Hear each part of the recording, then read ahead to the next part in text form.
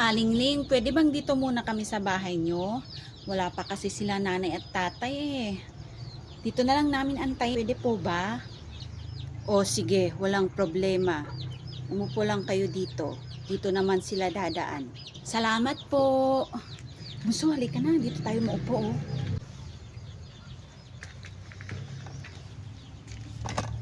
Paano ate pag madilim na tapos wala pa sila nanay at tatay?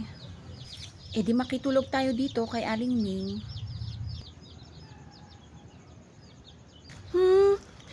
Ayoko dito ate. Parang mas madami pang multo dito kaysa sa bahay eh.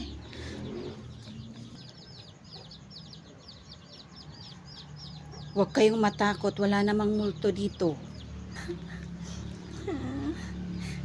Ate, umuwi na tayo.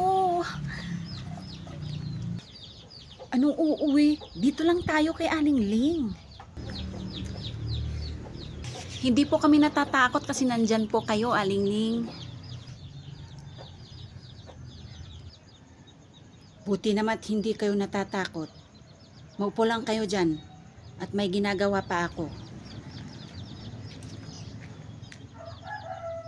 Opo, wag niyo po kaming alalahanin. Okay po kami dito. O sige.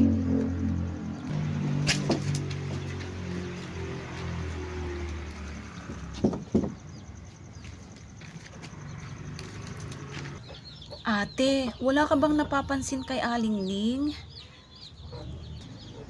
Wala naman. Bakit ba? Natatakot ako sa kanya ate. Para siyang nangangain. Ano?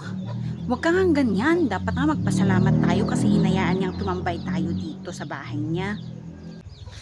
Mas gusto ko pang sa bahay natin antayin sila nanay at tatay ate. Umuwi na tayo. Tumahimik ka nga dyan. Baka marinig ka pa ni Aling Ling, palayasin tayo dito. Eh di mas maganda.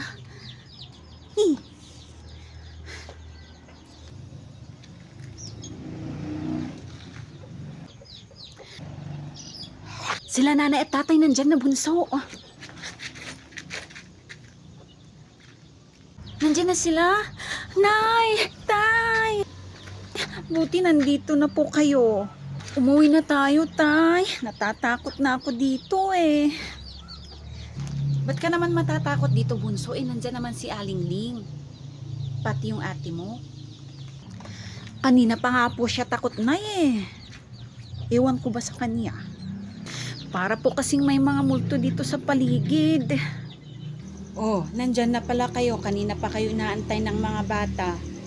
Maraming salamat po, Aling Ling, at pinatuloy niyo yung mga bata dito. Walang anuman. Tay, umuwi na tayo. Alis na po kami. O sige. O tara na, uwi na tayo. Tara na. Halika na, bunso. Bilisan niyo.